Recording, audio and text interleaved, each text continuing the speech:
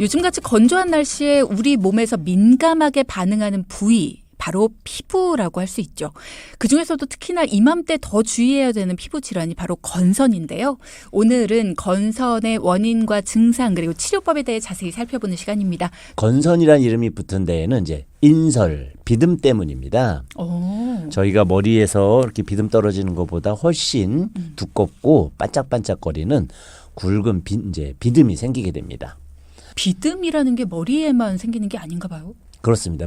비듬이라는 것이 그러니까 피부가 탈락하는 모든 저희가 이제 목욕을 하기 때문에 비듬을 잘 안 보여서 그렇지 내 피부가 갖고 지금 있는 피부는 한 달에 한 번 정도는 다 벗겨집니다.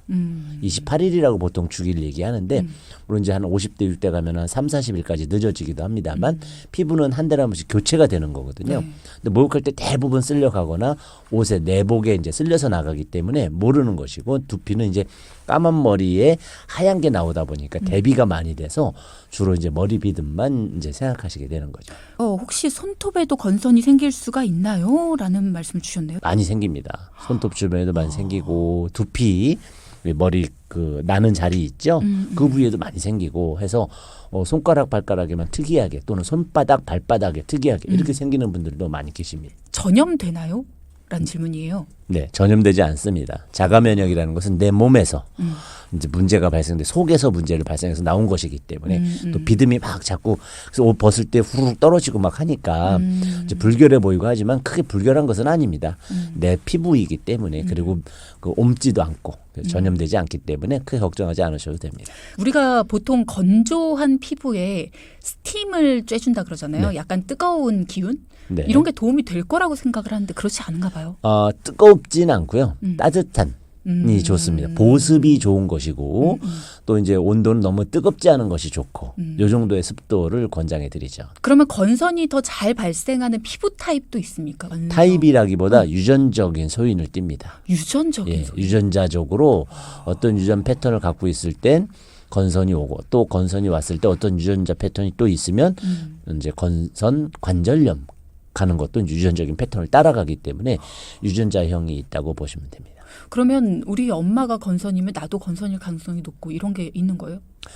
가능성은 있지만 유전자적으로 있기 때문에 잘 안 낫는 것이지 꼭 이제 대물림되거나 그런 것은 아니라고 보셔도 됩니다. 주부습진인 줄 알고 병원을 갔는데 건선이라고 하더라고요. 이 두 가지도 좀 헷갈립니까? 이런 문자 주셨네요. 그럼요. 많이 헷갈립니다. 그 습진은 이제 사실은 어떤 특별한 병명이라기보다 이제 가렵고 그리고 이제 빨개지고 그렇죠. 그리고 붓고 이런 세 가지 증상이 있는 모든 피부염을 다 습진이라고 하는 겁니다.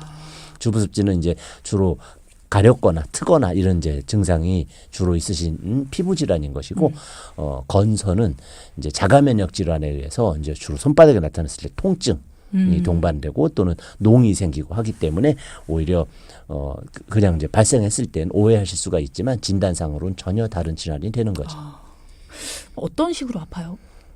갈라지기 때문에 저희가 손에 상처 나면 어떻습니까? 이제 연필 깎다가 손을 베면 아프죠. 그래서 이제 그걸 피부 질환으로 우리가 대부분 생각할 때는 가렵다를 연상하는 그쵸. 경우가 많은데 통증이 있는 피부 질환도 굉장히 많고요. 예를 들어서 대상포진 같은 경우도 처음엔 가려움이 살짝 오지만 통증으로 주로 발생하잖아요. 스치기만 해도 아프고. 그렇죠. 지금 여러 번 이제 조금 나눠서 건선의 증상을 설명을 해 주셨어요. 총 정리를 해 주시면 지금 내가 피부 질환이 좀 생겼는데 이렇다면 건선이다 라고 내가 스스로 판단할 수 있는 증상들 뭐가 있을까요? 제일 중요한 것은 인설이죠. 굉장히 많이 가루가 떨어집니다. 그러면서 이제 점점 퍼지거든요. 주변으로. 그렇습니다. 긁거나 뭐 떼수건을 밀거나 이렇게 해서 하면 그 마찰을 준 부위를 또 내 몸의 임파구들이 이제 적군이라고 해서 거기까지 또 침범하거든요. 그렇기 때문에 점점 퍼지는 경향성을 갖고 있고 인설이 많다. 이렇게 이제 그 빨개진다. 이 세 가지입니다. 이 세 가지가 일단 느껴지신다면 그 중에서 다른 질환은 그렇게 인설이 비듬이 많이 생기지 않고요. 층층이 쌓여 올라오는 것이 느껴집니다. 덕지덕지 하면서 이렇게 우리가 피딱지들 생기면 이제 그 높이가 좀 있잖아요. 그런 층을 형성하는 특징이 있기 때문에 일단 발견이 되면 금방 인지하실 수 있을 것 같습니다.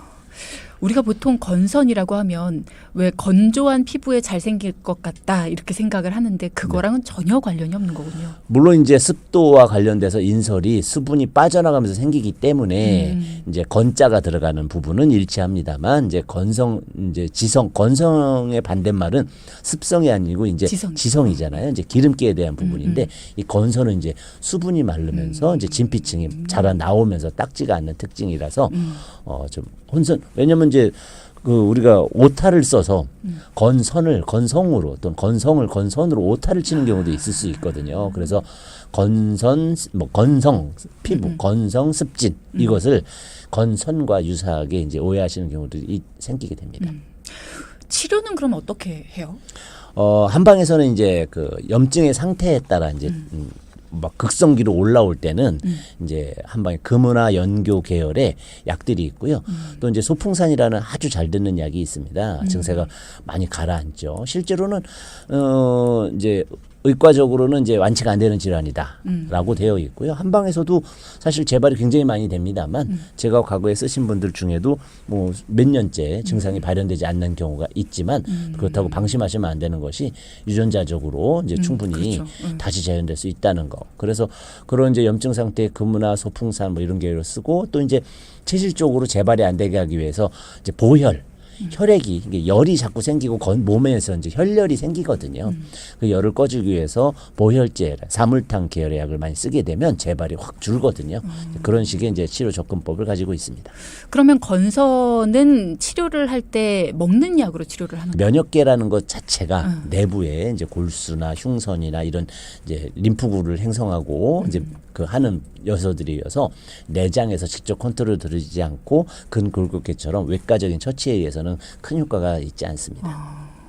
제일 중요한 것은 이제 그 습도에 대한 거거든요. 수분을 유지하기 위해서 목욕을 좀 자주 해주시거나 그렇다고 해서 나는 그럼 바깥에 꽁꽁 싸매고 나가지 말아야지 하시는 경우가 있는데 사실 피부 건강에 좋은 것은 햇빛입니다. 저희가 이제 자외선 치료를 또 별도로 해드리는 경우들도 있거든요. 그런 것처럼 근데 오래 하시는 건 아니고 목욕은 15분 내지 20분 미지근한 물로 햇볕은 5분 내지 10분 매일.